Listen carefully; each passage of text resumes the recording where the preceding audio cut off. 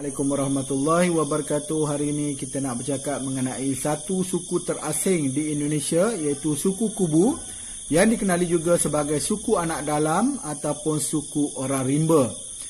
Suku Kubu kali pertama saya dengar adalah apabila saya membaca buku Tamar Jalis, iaitu siri bercakap dengan jin, yang dia cerita mengenai suku Kubu ini. Kerana datuk dia adalah orang yang asal daripada Jambi, Indonesia, datang berhijrah ke Tanah Melayu, hidup di Tanah Melayu. Jadi semasa muda datuk dia ni pernah berkawan dengan orang Kubu, dan apabila dekat Tanah Melayu ni ada seorang pesakit tu, dia terkena buatan orang Kubu. Jadi datuk dia ni yang tahu sedikit sebanyak mengenai suku Kubu ini telah merawat pesakit tersebut. Dan orang Kubu ni walaupun dia adalah orang pedalaman, tapi dia adalah suku kaum yang ditakuti oleh orang-orang Melayu di kawasan Jambi. Kerana mereka ini sangat kental dengan ilmu hitamnya. Banyak ilmu hitamnya, ilmu tujuh empedu, ilmu tenung, ilmu pelet dan sebagainya. Banyak sangat ilmu dia. Jadi hari ini kita akan tengok mengenai suku Kubu ataupun suku anak rimba. Jadi suku Kubu ni kita tak tahu asal-usul dia. Okey, sehingga sekarang ada beberapa teori mengenai asal-usul mereka ini. Dan suku Kubu ni adalah suku yang berhijrah ataupun suku yang mengamalkan kehidupan nomad di hutan-hutan berdekatan dengan Jambi. Jadi mereka ni sekarang ni sudah ada yang mula menetap, tetapi masih ada lebih kurang 40% lagi daripada orang Kubu masih mengamalkan kehidupan lama, iaitu kehidupan secara nomad. Dan hari itu saya ada tengok mengenai gambar Jokowi berjumpa dengan suku Kubu. Jadi suku Kubu ni adalah, sebagaimana saya sebutkan, dia adalah suku yang paling ditakuti kerana ilmu hitam dia adalah sangat kuat. Dan untuk memulihkan balik ilmu tersebut mesti dilakukan oleh orang Kubu sendiri. Maksud dia bomoh Melayu tak boleh buat, bomoh Siam tak boleh buat. Hanya orang Kubu yang boleh menawarkan ilmu orang Kubu. Jadi orang Kubu ni saya tengok berapa rekod, ada lebih kurang 200,000 orang. Dan 40% daripadanya masih mengamalkan kehidupan lama. Dan sebahagian daripada suku Kubu ini telah memeluk agama Islam hasil pergaulan dengan orang Melayu. Antara tempat duduk orang Kubu adalah di Taman Negara, Taman Nasional. Kita panggil Taman Negara, Indonesia dia panggil Taman Nasional. Bukit 30, Taman Nasional Bukit 12 dan beberapa tempat dekat Taman Negara tersebutlah. Ini bagi mereka yang masih hidup secara nomad di dalam hutan. Sebab itu kita panggil dia juga sebagai anak rimba. Dari segi asal-usul, ada beberapa pendapat. Ini adalah pendapat kerana kita tak tahu asal-usul sebenar mengenai orang Kubu. Pendapat pertama adalah dikatakan ada 8 orang Malau telah sesat di dalam hutan. Ada 8 orang sesat dalam hutan. Jadi 8 orang ni telah berpecah kepada 2 golongan ataupun 2 puak. Puak yang pertama dia tak mau duduk dalam hutan. Okey, dia telah lari dan keluar ke pinggir hutan dan membuka perkampungan. Okey, dan 4 orang lagi mereka enggan untuk keluar daripada hutan dan terus hidup dalam hutan dengan memakan ubi gadung, memakan rusa, memakan unggas dan sebagainya lah. Dan mereka ni ada pantang, tidak boleh makan ayam, kerbau dan juga beras.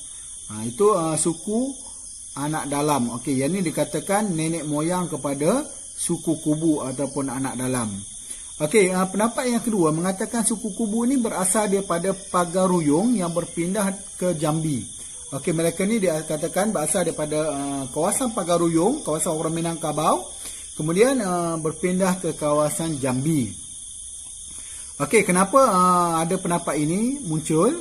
Kerana dikatakan suku ini adat dia hampir menyamai adat orang Minangkabau, di mana mereka melebihkan sebelah perempuan. Melebihkan sebelah perempuan sebagaimana adat pepatih yang diamalkan oleh orang Minangkabau dekat Negeri Sembilan, Malaysia. Seterusnya, pendapat yang seterusnya menyatakan bahawa semasa pemerintahan Raja Batu daripada Kerajaan Melayu dekat Jambi tu, dia ada sebuah kerajaan, nama dia Kerajaan Melayu. Kerajaan Malayur ataupun Melayu ini semasa diperintah oleh Raja Jambu, ada 3 orang anak bangsawan kerajaan Melayu telah melarikan diri akibat serangan daripada Sriwijaya. Ini lebih kurang abad yang ke-7.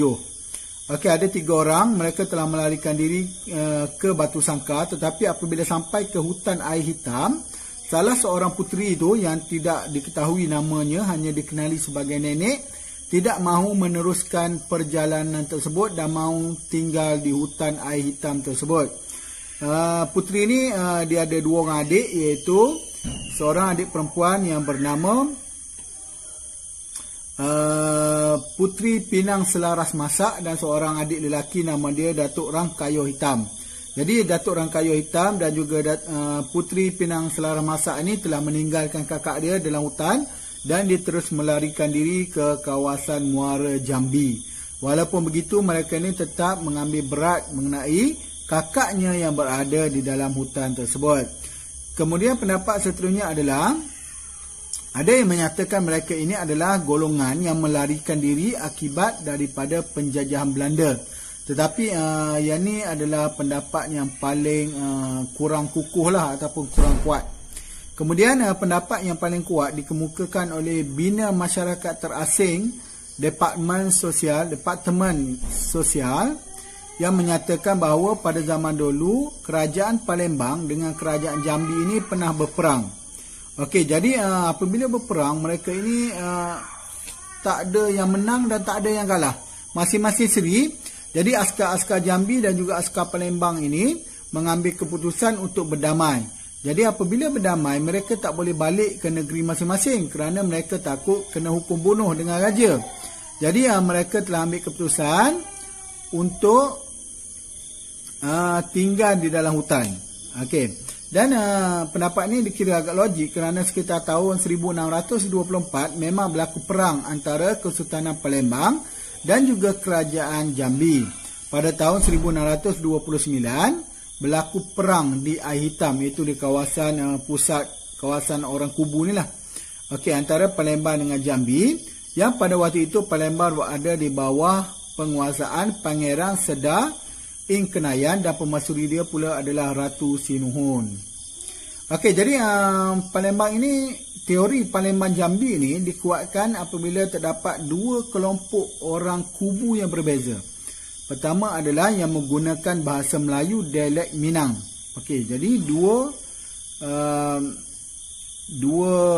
kumpulan orang Kubu. Kumpulan pertama adalah kumpulan Melayu yang bertutur dalam dialek Minang. Dalam ras Mongoloid. Okey, dalam ras Mongoloid. Dan satu lagi adalah kumpulan yang mempunyai kulit sawo matang, rambut ikal macam Negrito. Okey, jadi mereka ni dikatakan dalam ras Wedoid, iaitu Weda dan Negrito. Dan mereka ini ada pendapat yang menyatakan suku yang kedua ini sebenarnya bukan berasal daripada Jambi ataupun Palembang, melainkan tentera upahan yang dibawa daripada Sri Lanka. Okey, jadi itu adalah pendapat dia lah.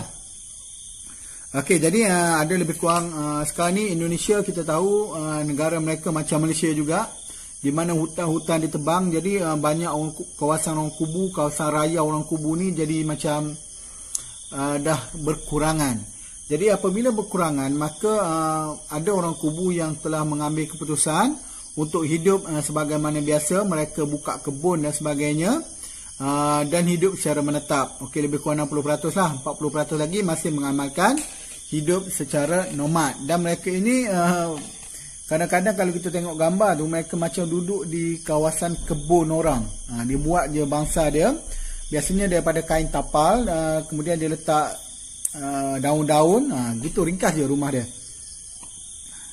Okey, jadi antara sebab lah orang takut dengan Kubu ni, sebab dia ilmu hitam dia ni agak kuat, agak kental. Okey, dan pantang larang orang Kubu ni, dia dilarang sama sekali meludah depan dia. Orang Kubu ni bau dia kuat. Okey, bau dia dikatakan sangat kuat, jadi mengganggu hidung kita. Sesetengah orang dia tak tahan dan dia akan meludah. Okey, yang ni adalah pantang paling besar bagi orang Kubu. Siapa-siapa yang meludah depan dia, dia akan guna ilmu dia, ilmu tenung dia dan sebagainya. Dan biasanya kita akan ikut dan akan hidup bersama dengan mereka. Ini orang Kubu. Jadi kita macam dipukau dan sebagainya. kita hidup ikut mereka. Ni orang kubu. Jadi itu antara salah satu ilmu dia dan juga pantalaran dia. Antara ilmu yang kuat lagi adalah ilmu santau 7 hempedu, di mana dia buat racun tu daripada 7 hempedu haiwan berbisa ni. Kemudian dia masukkan dalam makanan ataupun dalam air seseorang itu. Kemudian orang itu boleh kena macam santau lah. Dan dia akan meninggal dunia. Selain itu dia ada ilmu pelet. Ilmu pelet ada. Kemudian ilmu bulat kolor. Bulat kolor ni ilmu orang kata macam lidah mulut masin. Dia cakap je jadi. Itu bulat kolor. Ilmu terawangan, ilmu pelaris dan roh jolong. Meraga sukma. Roh jolong ni macam meraga sukma, itu ilmu yang kita macam boleh tengok alam lain lah. Lebih kurang gitu. Dan suku ini dia agak agresif. Dan tak ramai lah orang Melayu sendiri tak suka bergaul dengan suku Kubu ni. Kerana sikap dia itulah yang macam hidup berpuak dan tidak suka bergaul dengan orang luar. Jadi itu saja perkongsian mengenai suku Kubu. Saya harap bermanfaat. Assalamualaikum warahmatullahi wabarakatuh.